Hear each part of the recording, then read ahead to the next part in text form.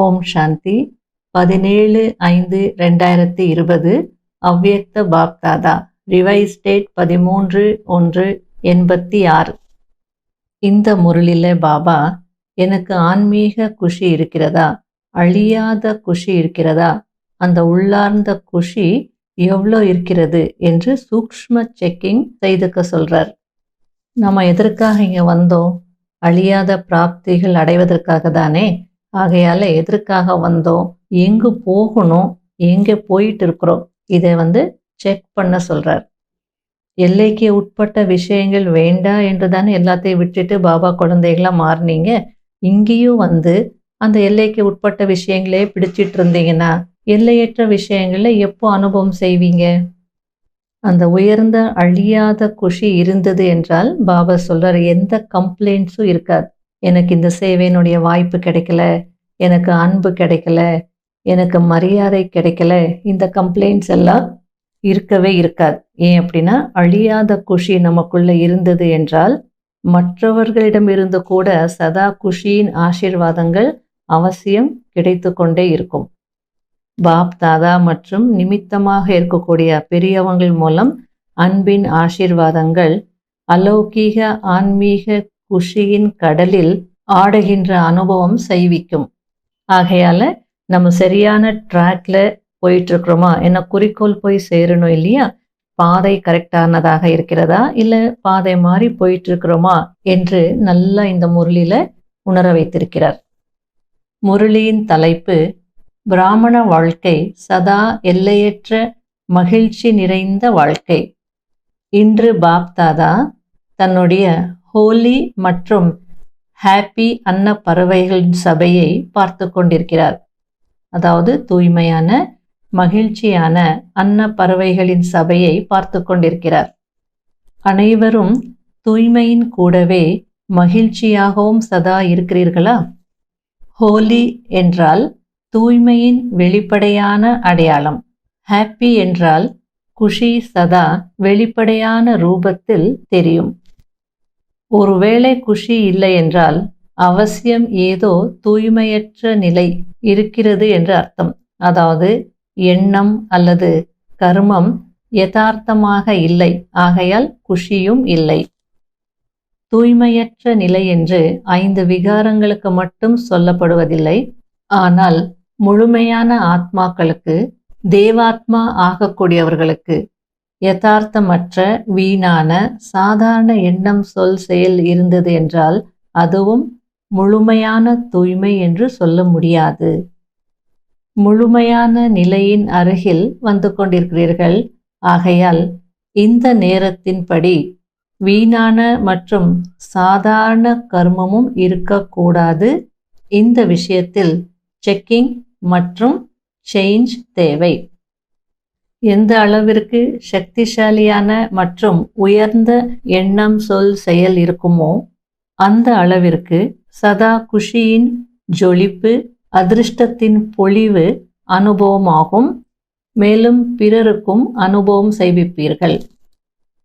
Pop தாதா அனைத்து குழந்தைகளிலும் இந்த 2 விஷயங்களை செக் செய்து கொண்டிருந்தார். முதல் பாயிண்ட், எந்த அளவிற்கு தூய்மையை தாரணை செய்திருக்கிறீர்கள், வீணான விஷயங்கள் மற்றும் சாதாரண நிலை இதுவரை எவ்வளவு இருக்கிறது. 2வது பாயிண்ட், ஆன்மீக குஷி, அழியாத குஷி, உள்ளார்ந்த குஷி எந்த அளவிற்கு இருக்கிறது. அனைத்து பிராமண குழந்தைகளும் பிராமண வாழ்க்கையை வாழ்வதற்கான லட்சியமே சதா குஷியில் இருப்பதற்காக தான். குஷியின் வாழ்க்கை வாழ்வதற்காகவே பிராமணர்களாக ஆகியிருக்கிறீர்களே தவிர முயற்சி செய்ய உழைப்பதற்காகவோ ஏதாவது ஒரு பிரச்சனையில் இருப்பதற்காகவோ பிராமணர்கள் ஆகவில்லை.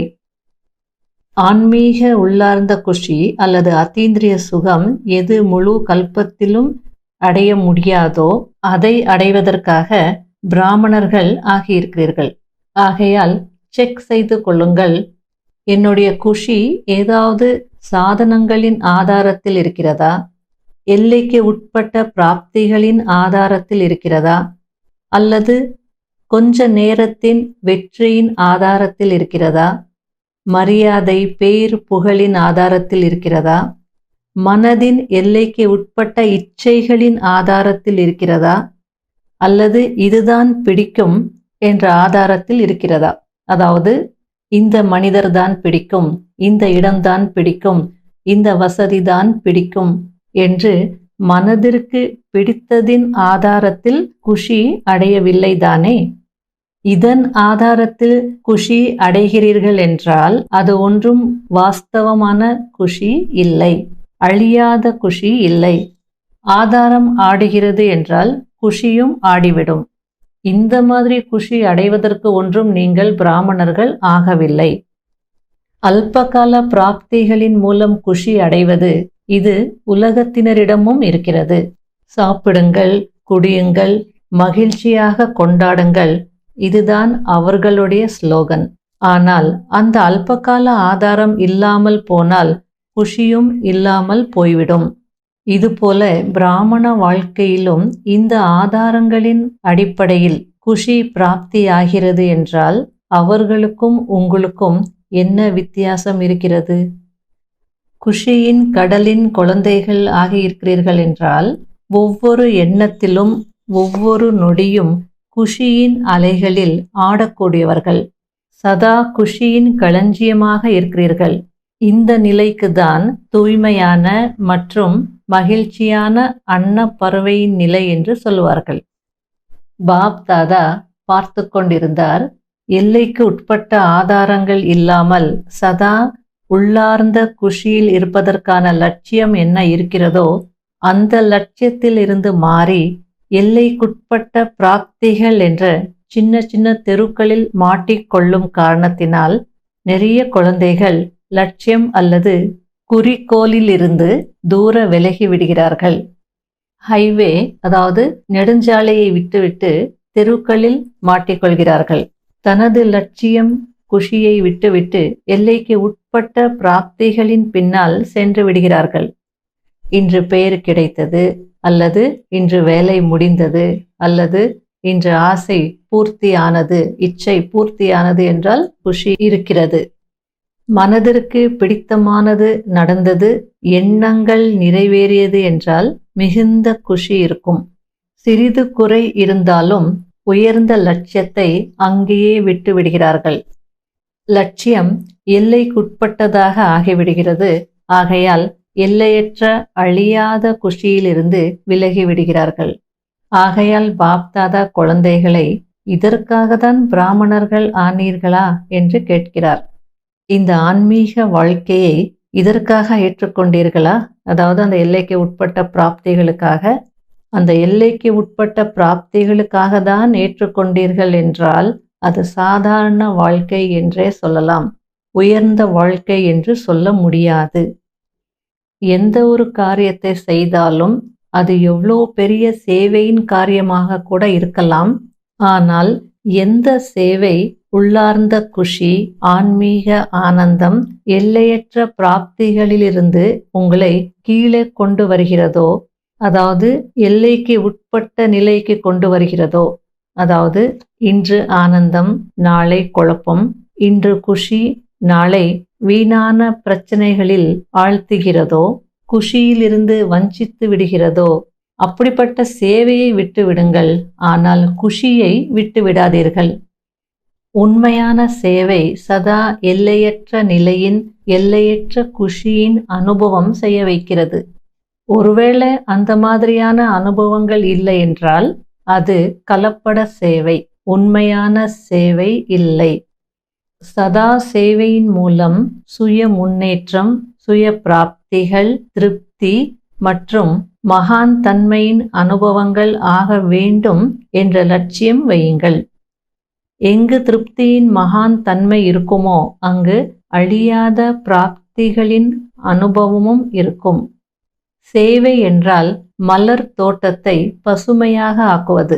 சேவை என்றால் மலர் தோட்டத்தின் அனுபவத்தை செய்வது, முள்காட்டில் மாட்டிக்கொள்வது அல்ல. பிரச்சனைகள், அப்பிராப்திகள், மனதின் குழப்பங்கள், இப்பொழுது ஆனந்தம், இப்பொழுது குழப்பம், இதெல்லாம் தான் முட்கள். இந்த முட்களிலிருந்து விலகுவது என்றால் எல்லையற்ற குஷியின் அனுபவம் செய்வது என்று அர்த்தம். என்ன ஆனாலும் சரி, எல்லைக்கு உட்பட்ட பிராப்திகளை தியாகம் செய்ய வேண்டியதாக இருந்தாலும் சரி, சில விஷயங்களை விட வேண்டியதாக இருந்தாலும் சரி, அதையெல்லாம் விட்டு விடுங்கள். ஆனால் குஷியை மட்டும் விடாதீர்கள். அதாவது சில நேரங்கள்ல நமக்கு கிடைக்க வேண்டிய சேவையினுடைய வாய்ப்பு கிடைக்கல, அல்லது சேவை செய்துட்டு வரோம், அதற்கு கிடைக்க வேண்டிய மரியாதை கிடைக்கல, அல்லது அன்பு கிடைக்கல. இப்படி எத்தனையோ விஷயங்கள் எல்லைக்கு உட்பட்டது இருக்கு. அதற்கு பாபா என்ன சொல்றார் அப்படின்னா, கிடைக்கலன்னா போகட்டும், கொடுக்கலன்னா போகட்டும். எல்லைக்கு உட்பட்ட விஷயங்களெல்லாம் தியாகம் செய்ய வேண்டியதாக இருந்தாலும் செய்திருங்க, பரவாயில்ல. ஆனா குஷியை மட்டும் விடாதீங்க. எந்த லட்சியத்திற்காக வந்தீங்களோ அந்த லட்சியத்திலிருந்து விலகி போயிடாதீங்க. நம்ம எதற்காக வந்தோம்? பேர் புகழுக்காக வந்தோமா, இல்ல வேற எதற்காக வந்தோமா? நாம இங்க வந்தது பரமாத்மாவுடைய அனுபவங்களை அடைவதற்கு. சரி, எனக்கு இவங்க சீட்டு கொடுக்கல, போகட்டும். சேர கொடுக்கல, போகட்டும். எனக்கு பகவானுடைய இதயத்துல இடம் இருக்கு. அந்த உயர்ந்த போதை, பெருமிதம் இருக்கணும், அனுபவம் இருக்கணும். அப்போ நம்ம லட்சியத்தை விட்டு விலகி போக மாட்டோம். ஆகையால பாபா சொல்றார், நாம எதற்காக வந்தோம்? இந்த சூக்ஷ்ம செக்கிங் செய்துக்கோங்க. பாபாவுக்காக வந்தோம், தூய்மையான வாழ்க்கைக்காக வந்தோம். அது இருக்கா? பாபா இருக்கிறாரா? தூய்மையான வாழ்க்கை கிடைச்சிருக்கா? ஞானத்திற்காக வந்தோம், அந்த ஞானம் பாபா கொடுத்துட்டு இருக்கிறாரா? வேற என்ன வேணும்? சரி, எல்லைக்கு உட்பட்ட பேரு புகழ் மதிப்பு இதெல்லாம் கிடைக்கல, என்ன போகட்டும் அப்படின்றார் பாபா. அதற்காக உங்க லட்சியத்தை விட்டு விலகி போயிடாதீங்க. அதெல்லாம் விட வேண்டியதாக இருந்தாலும் விட்டுடுங்க, அந்த குஷியை மட்டும் விடாதீங்க. குஷி இருக்கிறது என்று குழந்தைகள் சொல்லுவாங்க. ஆனால் பாபா கேட்கிறார், அல்பகால பிராப்திகளின் ஆதாரத்தில் குஷியாக இருப்பது, இதை நீங்க குஷி என்று நினைச்சிடலையா? சைட் சீன்ஸ், அதாவது பக்க காட்சிகளை குறிக்கோள் என்று நினைச்சிட்டு இருக்கீங்களா? சில சைட் சீன்ஸ் கூட ரொம்ப நல்லா இருக்கும், கவர்ந்திழுக்கக்கூடியதாக இருக்கும். ஆனால் குறிக்கோள் அடைவது என்றால் எல்லையற்ற ராஜ்ய அதிகாரி ஆகுவது. குறிக்கோளிலிருந்து விலகக்கூடியவர்கள் விஸ்வ ராஜ்ய அதிகாரி ஆக முடியாது, ராயல் ஃபேமிலியிலும் வர முடியாது. ஆகையால் லட்சியத்தை, குறிக்கோளை சதா நினைவில் வையுங்கள். போக போக எந்த எல்லைக்கு உட்பட்ட தெருகளுக்குள்ள சென்று விடவில்லையா என்று தன்னைத்தான் கேட்டுக்கொள்ளுங்கள். அல்பகால பிராப்திகளின் குஷி சதா காலத்தின் அதிர்ஷ்டத்தில் இருந்து விலக்கி கொண்டிருக்கிறதா என்று பார்த்து கொள்ளுங்கள். கொஞ்சத்திலேயே குஷி அடையக்கூடியவர்கள் இல்லைதானே? நான் எப்படி இருக்கிறேனோ அப்படி நல்லா இருக்கிறேன், சரியாக தான் இருக்கிறேன், குஷியில் தான் இருக்கிறேன் என்று தன்னைத்தானே குஷிப்படுத்தி கொள்ளவில்லை தானே? அழியாத குஷியின் அடையாளம் என்னவென்றால், அதாவது அழியாத குஷி இருக்கிறது என்றால் அவர்களுக்கு மற்றவர்களிடமிருந்து சதா குஷியின் ஆசீர்வாதங்கள் அவசியம் கிடைக்கும். பாப் தாதா மற்றும் நிமித்தமாக இருக்கக்கூடிய பெரியவர்களின் அன்பின் ஆசீர்வாதங்கள் அலௌகீக ஆன்மீக குஷியின் கடலில் ஆடுகிற அனுபவம் செய்விக்கும். கவனக்குறைவில் நான் சரியாகத்தான் இருக்கிறேன், மற்றவர்கள் என்னை புரிந்து கொள்வதில்லை என்று நினைக்காதீர்கள். சூரியனுடைய வெளிச்சம் மறையுமா என்ன? அதுபோல சத்தியத்தின் நறுமணத்தை ஒருபோதும் அழிக்க முடியாது, மறைக்க முடியாது. ஆகையால் ஒருபோதும் ஏமாற்றம் அடையாதீர்கள். இந்த பாடத்தை உறுதி செய்து கொள்ள வேண்டும். முதலில் தன்னுடைய எல்லையற்ற அழியாத குஷிக்கு தான் முக்கியத்துவம் கொடுக்கணும், பிறகுதான் மற்ற விஷயங்கள்.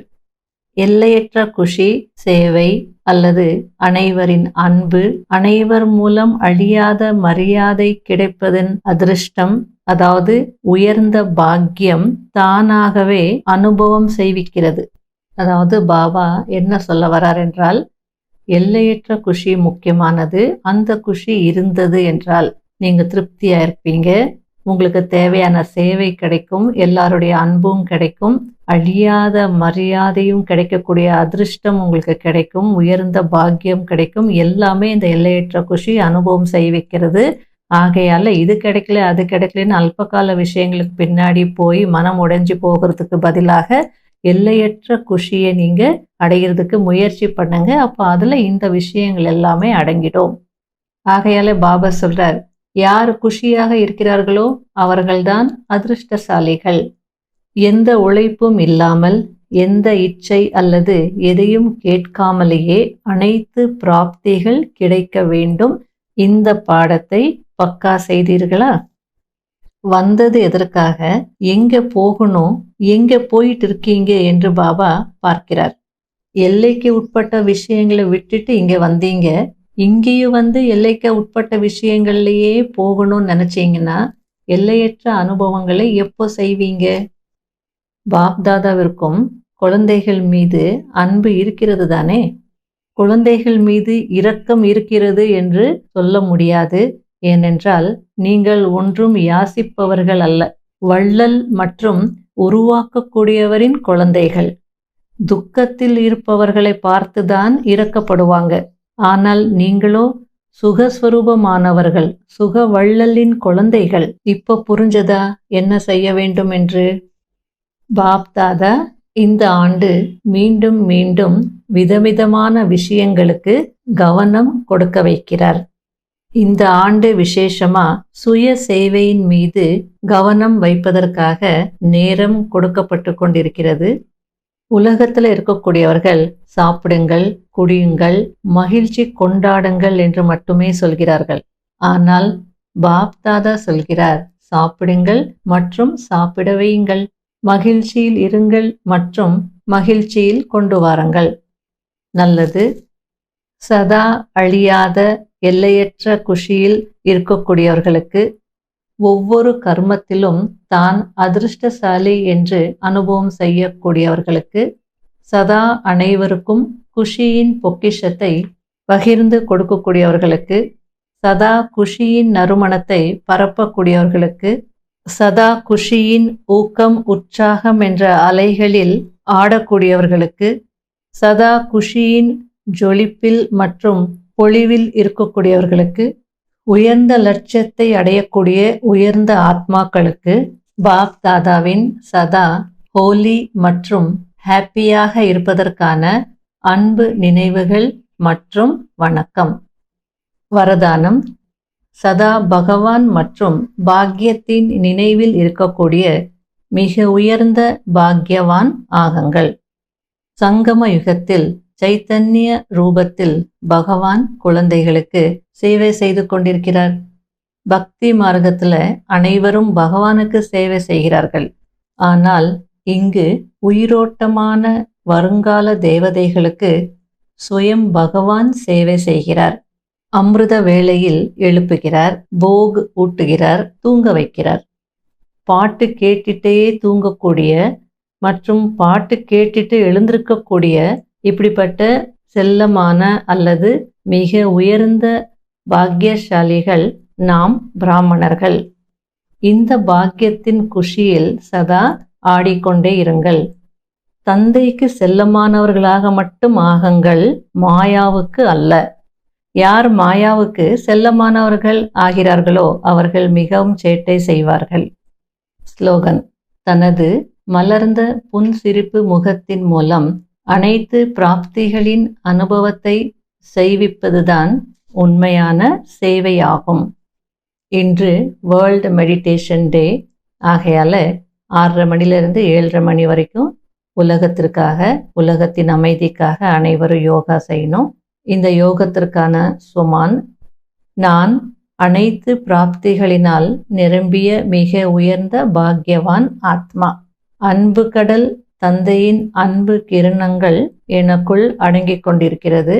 மேலும் அந்த அன்பின் கிரணங்கள் அல்லது வைப்ரேஷன்ஸ் நாலாபுறமும் பரவிக்கொண்டிருக்கிறது என்று அனுபவம் செய்யணும். ஓம் சாந்தி. இன்றைய முயற்சிக்கான பாயிண்ட்: நான் சொர்க்கத்தின் பக்கம் முகம் வைத்திருக்கும் ஆத்மா. சொர்க்கம் என்றால் பாசிட்டிவான உலகம். அந்த உலகத்தில் நெகட்டிவான எந்த விஷயங்களும் இருக்காது, அதனுடைய பேர் அடையாளங்கள் கூட இருக்காது. ஆகையால பாசிட்டிவ் சொரூபமான ஆத்மாவாக இருப்பதுதான் சொர்க்கத்தின் பக்கம் முகம் வைப்பது என்று அர்த்தம். ஆகையால இன்று நாள் முழுவதும் நான் பாசிட்டிவாக இருக்கணும், என்னுடைய முகம் சொர்க்கத்தின் பக்கம் இருக்கணும், அதற்கான முயற்சி செய்யணும். அனுபவத்தையும் அடையணும். இப்பொழுது இந்த நேரம் ரியலைசேஷனுக்கான நேரம் என்றே சொல்லலாம். நாம என்ன படிச்சோமோ அதையெல்லாம் உணர்றதுக்கான நேரம். நான் உணரும் பொழுதுதான், ரியலைஸ் செய்யும் பொழுதுதான் சேஞ்ச் ஆக முடியும், எனக்குள்ள மாற்றங்கள் வரும். இல்லை என்றால் பச்சாதாபம் தான் பட வேண்டியதாக இருக்கும். ஆகையால பாபா சொல்றார், பாசிட்டிவ் ஸ்வரூபமான ஆத்மாவாக இருங்கள். அனைவருடைய சிறப்பம்சங்களை பாருங்கள், குணங்களை பாருங்கள். அனைவருக்குள்ள இருக்கக்கூடிய நல்ல விஷயங்களை மட்டும் உங்களுக்குள்ள பதிவு செய்து வையுங்கள். அதாவது ஒருத்தரை பத்தி நினைக்கும் போது அவங்களுடைய நல்ல விஷயங்கள் நமக்குள்ள பதிவு செய்து வச்சிருந்தோம் அப்படின்னா அவங்கள பார்க்கும் போதே நல்ல சிந்தனைகள், நல்ல ஃபீலிங், நல்ல உணர்வுகள் எல்லாமே வரும். எல்லார் பற்றியும் அவங்களுடைய குறைகளையோ அல்லது அவங்களுடைய அவகுணங்களையோ பதிவு பண்ணி வச்சுருந்தோன்னா அவங்கள பார்த்த உடனே நமக்கு என்ன ஃபீலிங் வரும் அல்லது என்ன தோணும்? அந்த நேரத்தில் நாம் அவங்களுடைய பாசிட்டிவான பிக்சர் பார்க்கவே முடியாது. அதாவது ஒரு மனிதருக்குள்ளே நிறைய நல்ல விஷயங்கள் இருக்கும், ஆனால் நாம் அவங்களுடைய கெட்ட விஷயத்தை பதிவு பண்ணி வச்சிருக்கிறதுனால அந்த கெட்ட விஷயம் ஒன்றே ஒன்று கூட இருக்கலாம். அந்த ஒரு கெட்ட விஷயம் அவங்களுடைய விசேஷ தன்மைகள், குணங்கள் எல்லாத்தையும் மறைச்சிடுறது. அப்போ அவங்கள பார்க்கும்போது அந்த மாதிரி எண்ணங்கள் தான் நமக்கு வரும். அதனால நமக்குள்ள பாசிட்டிவான விஷயங்கள் மட்டுமே பதிவு பண்ணி வச்சிருக்கணும். நமக்குள்ள ஏதாவது நெகட்டிவான விஷயங்கள் பதிவுகள் இருந்தது என்றால், அதாவது மனிதர்கள் பற்றியோ அல்லது நிகழ்ச்சிகள் பற்றியோ இருந்தது என்றால் அதையெல்லாம் வெளியெடுத்துட்டு ஞான யஜ்யத்துல ஸ்வாஹா செய்திருங்க. அப்போ உள்ள இருக்கா இல்லையான்னு எப்படி தெரிஞ்சுக்கிறது? அது உள்ள இருந்ததுன்னா அவங்கள பார்த்த உடனே அல்லது அந்த நிகழ்ச்சிகளுடைய ஞாபகம் வந்த உடனேயே எனக்கு நல்ல ஃபீலிங் இருக்காது. அதாவது உள்ளுக்குள்ள இருந்ததுன்னா அந்த நினைவுகள் நமக்கு வந்துகிட்டே இருக்கும், பாதிச்சுட்டே இருக்கும், அந்த ஃபீலிங் வரும். யோகத்துல கூட தடையாயிடும். சந்தோஷமான உணர்வுகள் இருக்காது, கசப்பான தன்மை உள்ள இருக்கும். அதுக்கேற்ற மாதிரி தான் வார்த்தைகள் கூட வெளியே வரும். கர்மம் கூட சில நேரத்தில் நெகட்டிவ் ரூபமாக மாறிடும். இந்த விஷயங்கள் எல்லாம் தான் நம்மை முன்னேற விடாமல் தடுக்குது, தடை ரூபமாக ஆயிடுறது. ஆகையால் இதையெல்லாம் வெளியெடுக்கணும். அதற்காக என்ன ரியலைஸ் பண்ணும், எதை உணரணும் என்றால் முக்கியமாக 3 விஷயங்களை உணரணும். எதெல்லாம் நடந்திருக்கோ என்னுடைய கணக்கு வழக்குப்படி தான் நடந்திருக்கு, என்னுடைய அறியாமையின் காரணமாக தான் நடந்திருக்கு, என்னுடைய பலகீனத்தின் காரணமாக தான் நடந்திருக்கு. இதை நம்ம உணரும் பொழுது யாருடைய நெகட்டிவிட்டியும் நமக்குள்ள பதிவாகாது, யாரை பற்றியும் ஒரு தவறான இம்ப்ரெஷன் எனக்கு இருக்காது. ஆகையால தான் பாபா சொல்றார், இது வரைக்கும் என்ன நடந்திருக்கோ நன்றாகவே நடந்திருக்கு, இப்போ என்ன நடந்து கொண்டிருக்கிறதோ அதுவும் நன்றாகவே நடந்து கொண்டிருக்கிறது, இனிமேல் நடக்க போகிறது கூட மிகவும் நன்றாகவே நடக்கும். நாம் எல்லாருமே இங்கே வந்திருக்கிறது சம்ஸ்காரத்தை மாற்றிக்கொள்வதற்கு. ஒரு நாள் எல்லாருடைய சம்ஸ்காரம் அவசியம் மாறும். அதனால்தான் பிராமணர்களுடைய சங்கடனத்தில் கூட மோதல்கள் வருது. அப்போ இவங்க பிராமணர்கள், இவங்கயே இப்படி செய்கிறாங்க அப்படின்னு நினைக்கக்கூடாது.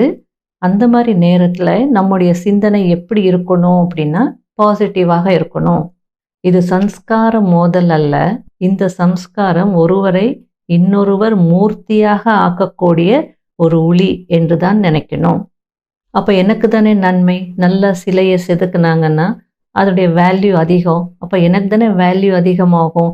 இப்படி பாசிட்டிவாக நான் நினைக்கும் போது பாசிட்டிவான விஷயங்கள் தான் எனக்குள்ள பதிவாகும்.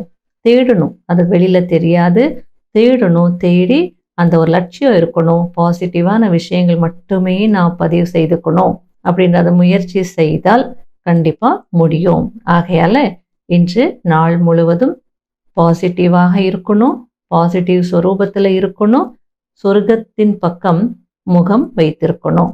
இந்த அனுபவத்தை செய்யணும். ஓம் சாந்தி.